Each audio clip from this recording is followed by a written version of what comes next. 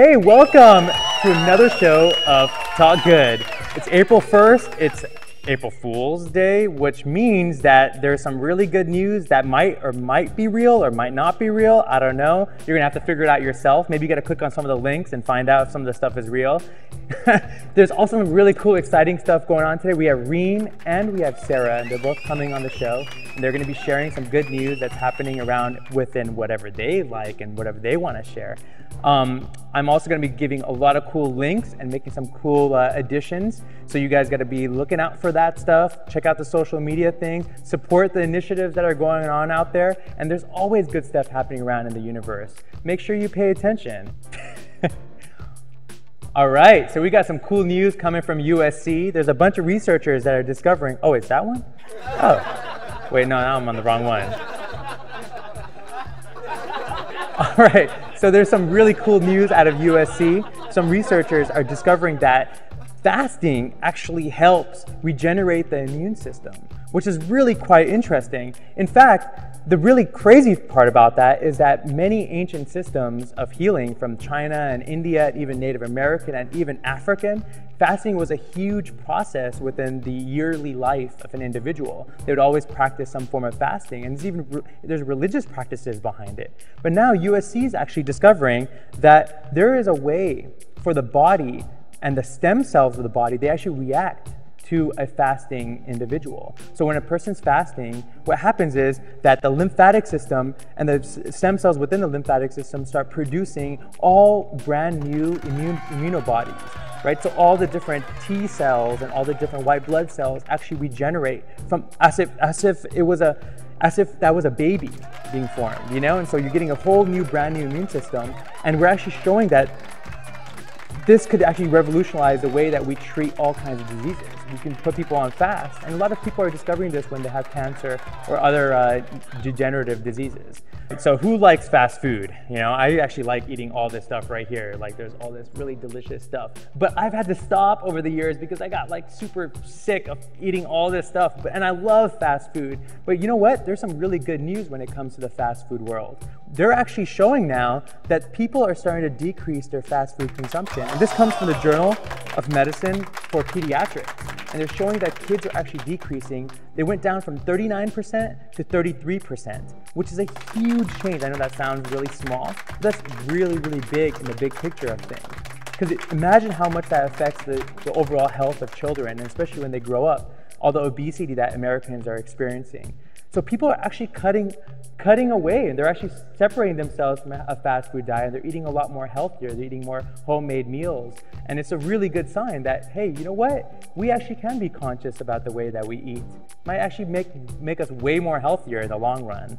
All right, so we were hearing about all this stuff going on in Ferguson, and it was like rioting, and there's a lot of racial inequality and a lot of really important issues that are being brought to the surface, and they're very serious issues. But something really positive that happened, there was actually a librarian. This guy, Scott Bonner, he opened up the library. He's a librarian, by the way. He opened up the doors of the library and he invited people in, especially children, so they could be safe and the families could be safe. And they were putting on programs and letting people stay there and taking care of them and feeding them. It was a great initiative that a public space offered the people of Ferguson. Just no matter what their color or what their nationality or background is, they brought them in and they supported them when all this crazy stuff was going on. They were able to go and spend time in the library. And it goes to show that some of these institutions can really be good for us if we open them up and we help people who are in need, which is very awesome. And I give a lot of respect to Scott Bonner for doing that. He won the Lemony Snicket Prize, right? Did I say that? Lemony Snicket? Yeah, I love Lemony Snicket's pretty crazy. But thank you to Scott Bonner, and hopefully we get more Scott Bonners out there to help people in their community. All right, what do we got next? And speaking of a very cool community person, we've got Delmer Clarence Cal Berg. That's it, Delmer Clarence Cal Berg, who recently passed away and donated over $3 million. And he wasn't like any crazy entrepreneur or anything. He was just saving money for a long time.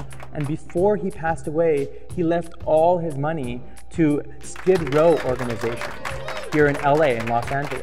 And it's actually pretty amazing. It shows that, wealthy people, people who have a lot of wealth, they can leave behind really great legacies and they can support really great initiatives. And I wanted to bring up this chart right here that shows that most of the lower income individuals actually give more of their salaries and their income compared to the higher income individuals. Now, if we had more people like good old Delmer over here, who actually experienced the Great Depression, which, obviously gave him a lot of inspiration for helping out people in that situation, how much society would actually become safer, more secure for everyone. In fact, if we were helping out the people in the lower echelons of society, guess what? They would have no reason to hurt anybody or steal or do any sort of, or lose themselves, in the mix of things or get caught up in addictions. Our contributions to initiatives in Skid Row can make a big difference. So, thanks a lot to Delmer. A lot more rich people are starting to do this, which is really exciting. And we want you guys to share. So if there's anybody you guys can think of who's doing this and we should highlight, please bring them up. And we're always going to be highlighting people who are real heroes like Delmer over here. So grandmas and grandpas are taking it all off, but they're doing it for a good cause.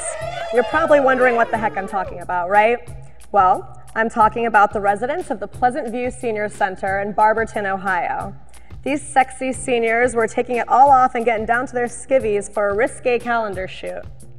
These sexy seniors ranged anywhere from 87 to 99 years old. These residents became like 20-year-olds when they shot this. They were giggling and just having the time of their lives, according to one of the photographers. The participants said that the shoot was exhilarating for them. It made them feel young again and vivacious, and they hoped that everybody who viewed the calendar would get a good laugh out of it and make a joyous occasion for themselves. Aside from helping these seniors feel young and sexy again, this calendar also helps children as well. All proceeds of this $12 calendar will go to a local organization that helps provide kids in the local community with shoes who are underprivileged. I think that this is a really great cause for many different reasons. Aside from the fact that it got these seniors to feel young and vivacious again, while also helping for a good cause to help the youth, it's a good message to be comfortable in your skin at really any age. I personally grew up with my grandparents, and it was kind of disheartening for me to hear my grandfather, who always loved to go to the beach, say that he didn't really want to go anymore because he felt uncomfortable with showing off his body at his old age. And that was something that I feel like a lot of people can relate to. Even at a young age, we all have some kind of body conscious issue, myself included. Not only did these seniors do a great thing by helping the children of their community, but they also helped themselves in a way of feeling comfortable in their skin and really advocating that for everybody, that you could feel comfortable at any age in your own skin. And if you would like to buy one of these adorable calendars, which also helps to get shoes for children in the neighborhood, then you can go to the website right here. All right, I love coming across news like this. So we've all been hearing about this drought in California, and it's pretty bad, right? A lot of people are being told right now the governor is actually telling people to save their water and use it more resourcefully. But what we don't know is about the crusaders out there, the activists that are getting together and actually making a point of holding people and companies accountable that are wasting water. Not just wasting water, but actually reselling water back to us that's getting subsidized to them.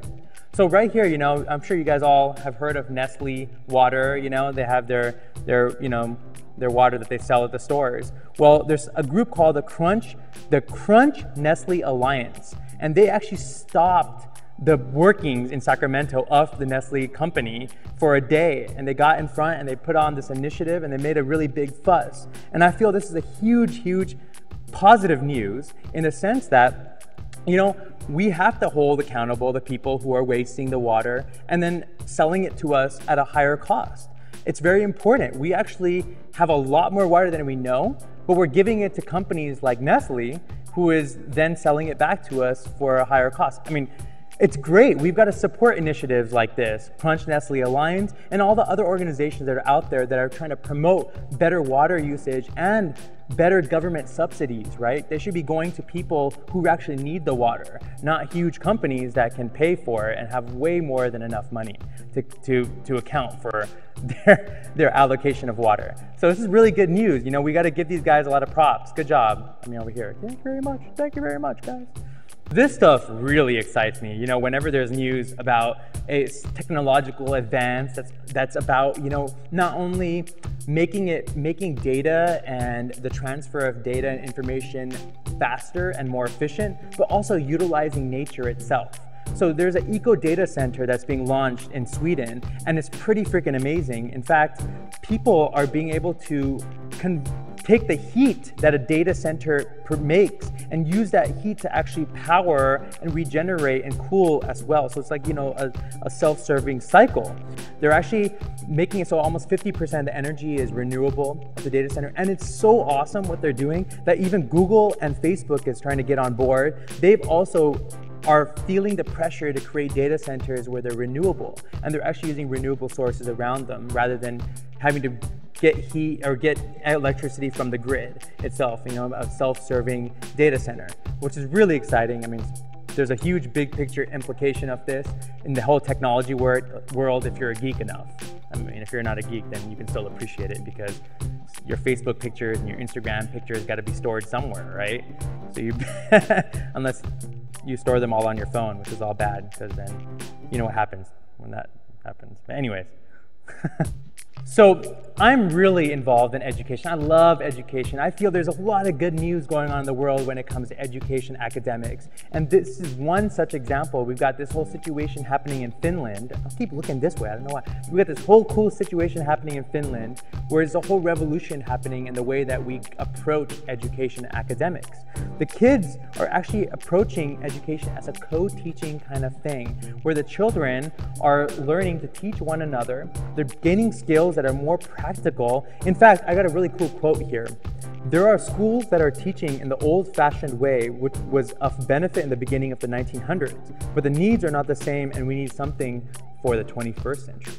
What's really interesting is that almost 70% of the teachers have already gained training. And that's pretty fast if you consider, you know, like it's just started recently. So we've got to take this up, not just in America, but all over the world. Some sort of education program that's more applicable to the 21st century, utilizing the technology and the software. I mean, this is really exciting news. It makes you actually want to go to school in Finland, you know, if you can keep one foot in Finland and one foot in America and a few other places. But regardless, we could bring it here. Why not? It's actually a more practical way of learning. And today in entertainment news, we have virtual reality. Now, you may have heard about this in regards to gaming and virtual experiences, where you can be almost like an avatar and jump into a game. But the entertainment industry is taking it a step further, with immersive experiences, especially in journalism today. Now, the USC School of Cinematic Arts has funded a program in immersive journalism, taking a program hosted by UNICEF where they wanted to put everybody in the shoes of someone actually living in Syria and experiencing the war there. So what did they do? They created an animation where someone wearing the actual headset made by Oculus Rift or another different type of virtual reality gear could be put in a situation where they could truly experience the landscape, the emotion, and a day in the life of someone living in a war-torn country. Now, what does that do besides put someone down and make them feel like they're a part of the conflict? Well, it actually helps bring people together and closer when they feel the emotion and the true lifestyle that others on the other side of the world might be leading. And having that experience in a realm where you're completely honed in a 3D 360 environment actually helps people connect and brings communities closer together. Now, we think that's really cool because it's finally a way to not only hear stories, but be able to teach others what it's really like, and that's awesome. In other news that's a little bit more live action versus virtual reality, Angelina Jolie was there to accept the award at the Kids' Choice Awards on the Nickelodeon channel this past Saturday for Best Villain. Now, we all seen her in a lot of different villainous characters, but Maleficent was the most recent one where she played Maleficent from Disney's original animated classic, Sleeping Beauty. She received the award with two of her children there with her, but what was most inspiring and positive about this entire experience was her acceptance speech, where she wanted to let all the kids know that growing up, she was a bit different, and that different is actually great and can help you find who you are and make a statement in the world. The kids all at the Nickelodeon Choice Awards and around the world embraced this wholeheartedly, and it's great that they're able to finally accept a message that it's cool to be yourself. And finally, in last entertainment news, the app Periscope has just launched with Twitter. Now, you may have heard of Periscope's opposition, Meerkat, that came out, but what Periscope and Meerkat all do is something called live streaming. Now, think of Snapchat and Instagram kind of combined into one, where one person anywhere in the world can share an idea they have at their fingerprint. So what you do is you log onto the app and you set whatever space or geographic territory you're in, or whatever it is that you want to share, and people can tune in from around the world and hear your inspiring messages. That can be taken in good ways, and that can be taken in other ways, such as in business ways, where today STX Entertainment launched a trailer using Periscope. It's cool to see that the entertainment industry, as well as consumers all around the world, can finally have a portal to connect and share their ideas and inspiration and thought. And what does that lead to? Change. And that's it for entertainment. Right, some really cool news. Everybody knows what's going on with Indiana. It's a really big deal. Well, there's actually some really cool corporate, positive corporate good news going on as well. Salesforce, the CEO, Mark Benioff, has recently pulled out all of his business from Indiana, making a statement actually that if people are going to make really biased and discriminatory laws in any jurisdiction, corporations can actually act consciously. And he's showing, that a conscious act can actually be great promotion. So a lot of people are hearing about Salesforce, and he's promoting a positive change within the actual jurisdiction of the state, and maybe even bigger than that. The implications are huge. He's also encouraging other CEOs of companies to follow suit, which is huge. I mean, this is awesome. More CEOs need to be like Mark. So I give him a lot of props on doing this. Let's hope that more CEOs get on board, and we want to create more equality across the country with voting, with freedom of whatever expression they want. That's really, really important. So I'm actually really excited about sharing this piece of news. We always hear about such negative stuff going on in the world when it comes to the whole dilemma of, people fighting between religions and whatnot. But in Norway, there was a really cool event that happened. All the Muslims in the community, they actually outnumber the Jews. It's about 100,000 to 100, okay, Muslims to Jews. But the Muslims got together around a synagogue as a shield of protection, so nobody would go and accost any of the Jews. And it was a really great act by the Muslims in the Norwegian country. So it just goes to show that people can support one another. It doesn't matter what their background is. It's actually quite exciting when things like this happen.